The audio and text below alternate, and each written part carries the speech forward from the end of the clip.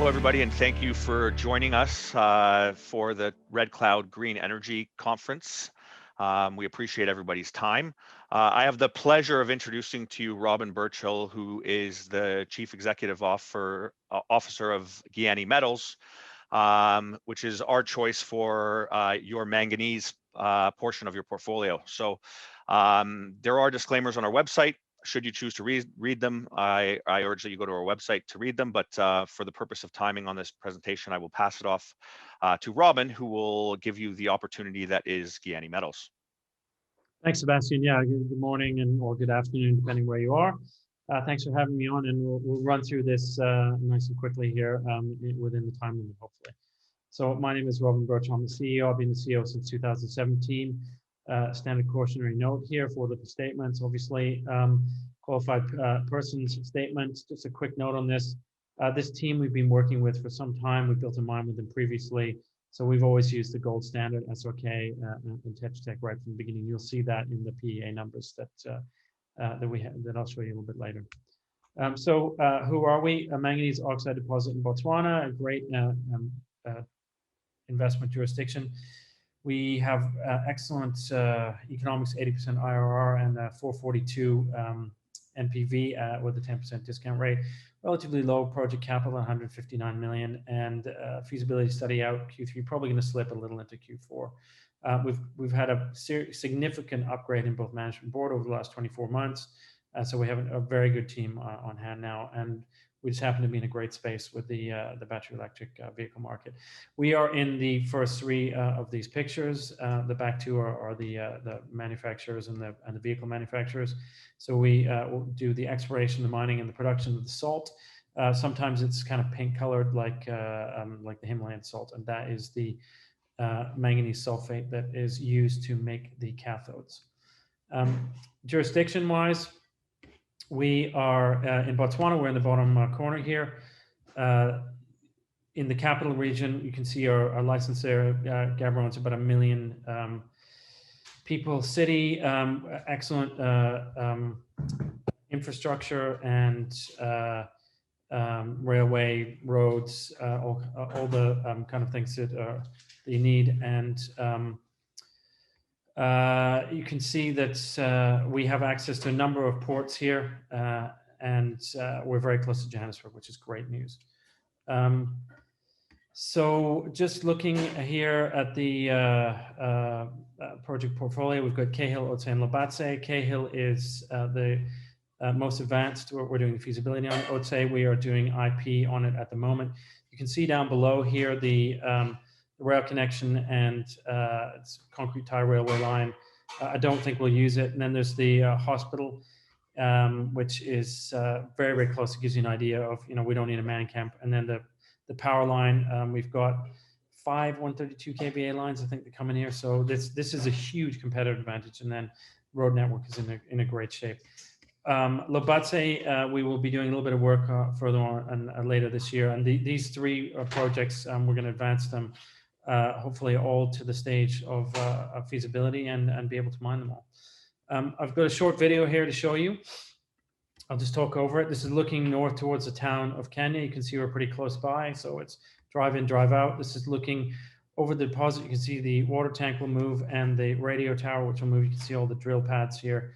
So you can see we've done quite a lot of work. We've increased from 17 drill holes to 96. So the reserve should be out in a few weeks here, in about 2 or 3 weeks, maybe a little bit longer, 4 weeks.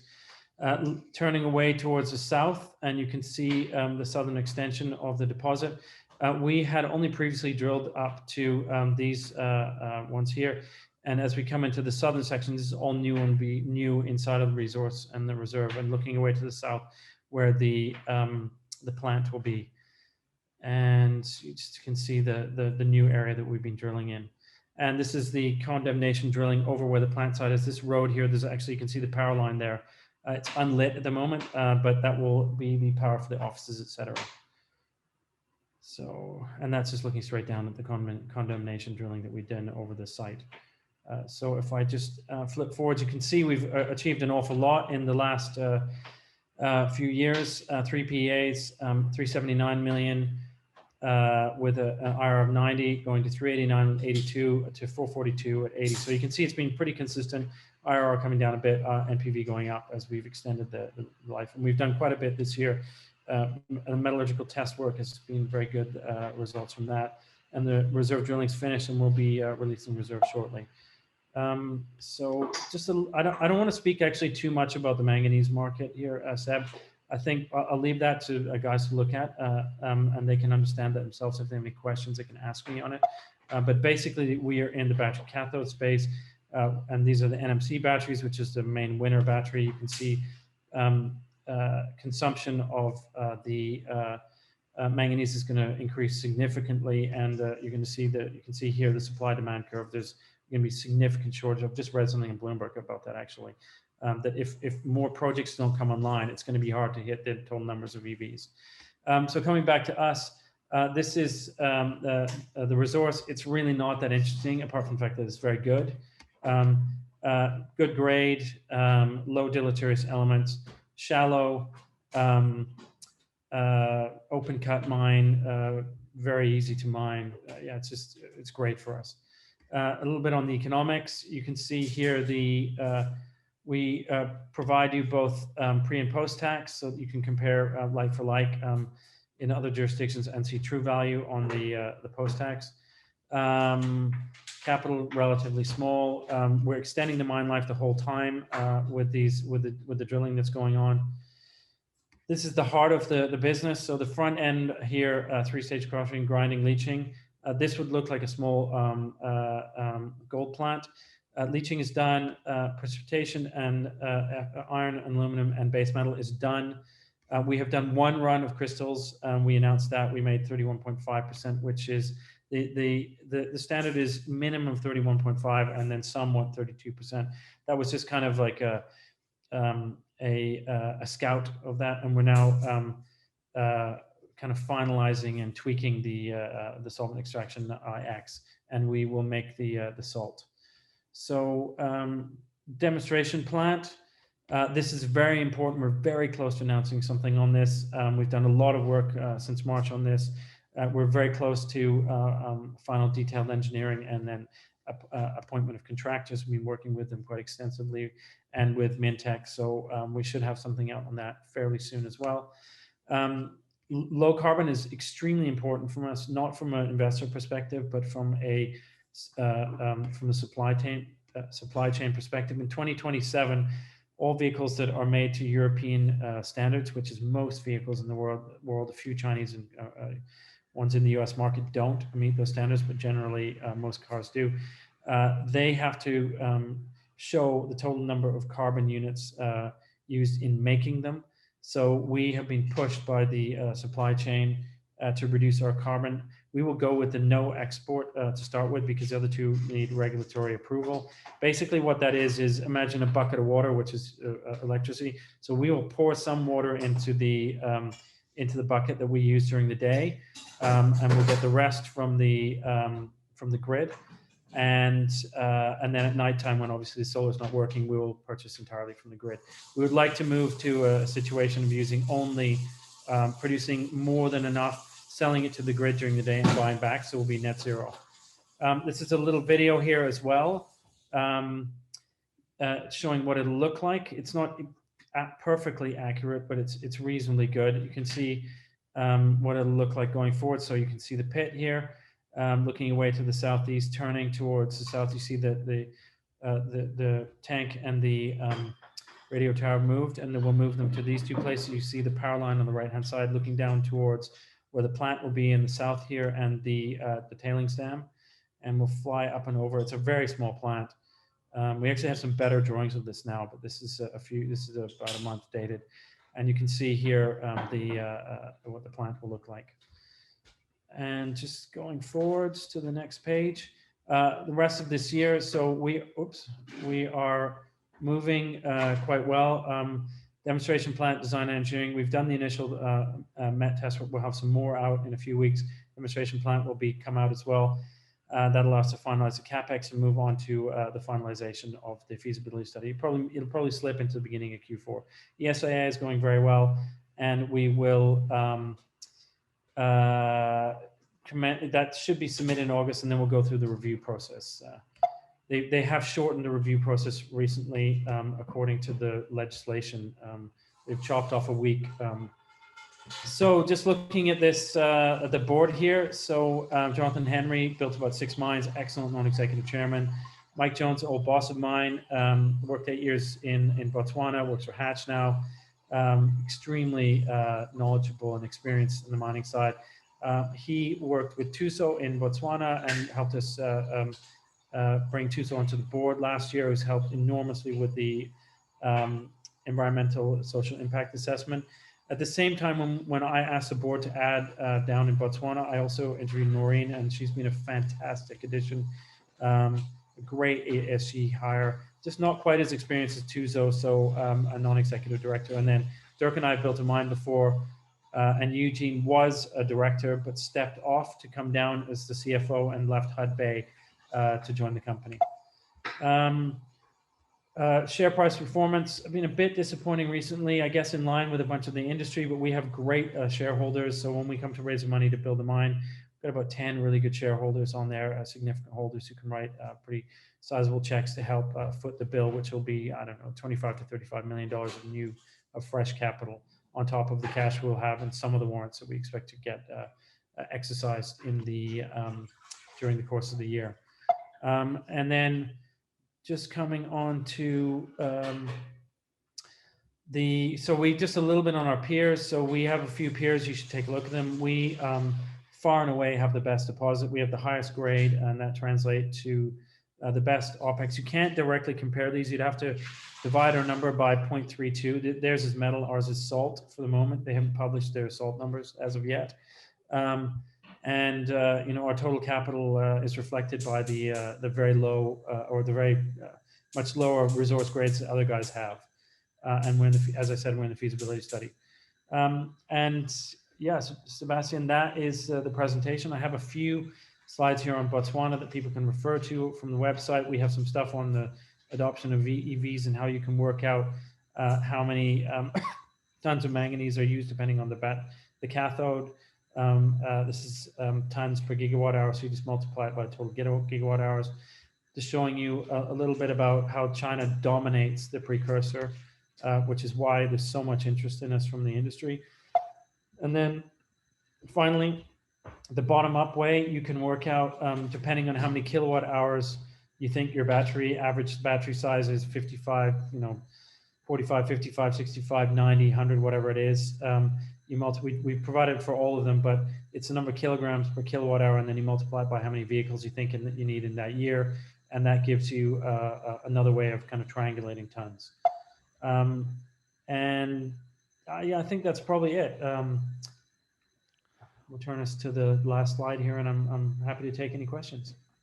Well, I'll jump in with some of the questions that we have on the line here. Thanks, Robin, for that quick and effective presentation. The first question is with regards to the pilot plant. What's the cost of the pilot plant? And after you finish your feasibility study, how much money will you have in the bank? We've just rebudgeted. We're supposed to have $6 million, $6 and $6.5 million at the end of the year.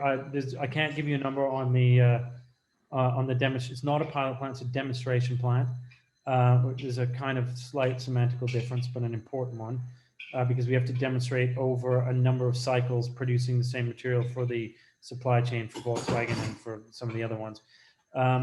I can't give you a number on that yet. You'll have to wait for the announcement because that's not publicly available as of yet. It will be more than what we've been guiding in the past, but we've upscaled the plant so that it has more. It's more useful from the perspective of building the commercial plant. And so there's a few things. It's a bit hard to explain that, but basically, instead of having 4 standalone modules, it will be connected together. When you do that, it adds cost. Some things like that.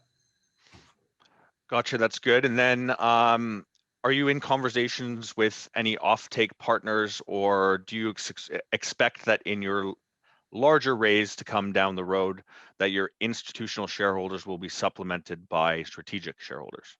Well, I don't want to have a strategic shareholder because then they will affect the pricing discussion. So I'd rather not have a strategic. we think that the equity holders we have, I mean, we're not talking a large amount of money. The maximum it could be is 50 million of new equity, assuming we have zero cash. And assuming we have cash, it's probably more about 25 to 35 million dollars. So, the guys that we have on the register can easily write $5 million checks. So it's only a few of them need to contribute to the equity component. And then the project finance side will come from kind of standard kind of debt providers. So what was the beginning of the question? Was just with regards to the institutional shareholders or offtake partners that you'd have. So yes, of course we're talking to the offtake partners. We have an NDA with Volkswagen, and we're in their tier 2 supplier chain. I think there's 16 or 17 companies across graphite, lithium, nickel, cobalt, and manganese that they're talking to put into their supply chain. So it's not very many, considering that there's lots of lithium companies and there's a decent number of nickel and cobalt ones.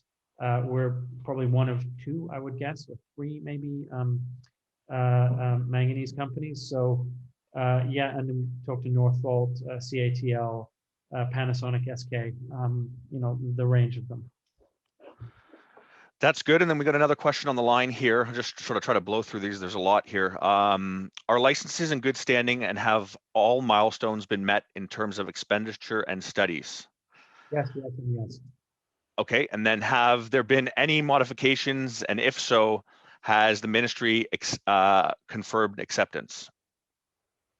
The Mines Ministry. Well, there's been no modifications, so they haven't had to confirm anything. Okay, perfect. And then is there any update on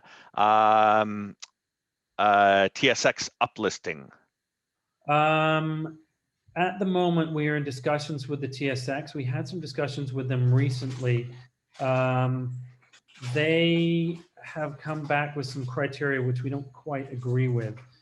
So we are going to discuss with them once we have completed our feasibility why they're applying a set of criteria that we don't think is really applicable. I can't really say anything more than that. But the talks are underway, is what I'm hearing. And then, do you have any formal press releases planned for Giyani being a tier supplier of manganese? Example, a Volkswagen specific press release or anything like this. Is that allowable by Volkswagen, I guess is the question? No, we announced what we could announce previously, that we have an NDA with a large European manufacturer. We can't put out a press release, it won't let us, but we can tell people it's Volkswagen. We're not constrained from doing that in the NDA. Okay, and then do you have a timeline on when your demo plant details may be announced? Maybe 3 weeks. Okay, that is great. And then beyond the shareholders that you have listed, could you let us know approximately the amount of institutional shareholders on the registry? Oh, no, I can't. I need to have a chat with Cormark and update it. But I would get, because there has been quite a few blocks that have gone through recently, so they've been sucking up quite a bit of stock. I don't know what the latest it looks like, and they, they all object, so you can't do an elbow on them. Maybe how many institutions approximately participated in the last financing then as a round number? 10. Approximately 10. That's very good. And then as a final question is, and maybe you can use this to wrap it up as we have about 45 seconds. Why should I allocate a position of my portfolio to manganese versus lithium, cobalt, or other battery metals? Well, I think you should be allocating to all of them. I mean, I think that all of these metals are absolutely necessary. You can't make an NMC battery without nickel, cobalt, and manganese. And if you like the space, if you like the thematic, like, one of our biggest shareholders, Ausbil, they like the thematic. So what they do is then they try and pick the best nickel, best cobalt, and best manganese. And I would say we're one of the best. So, it depends on your thematical view, but I certainly think, and I've seen evidence of that recently, of the uptake of EVs and the fact that these things are really, they're really coming and they're building a lot of them. So, if you shouldn't have a gap in your portfolio. So I would say, definitely look at a manganese investment, and I would certainly look carefully at us. Well, much appreciated, Robin. That's all the time that we have. Thank you, everybody, for joining us. And please keep Giyani on your radar. Thank you very much. Thanks, Ed.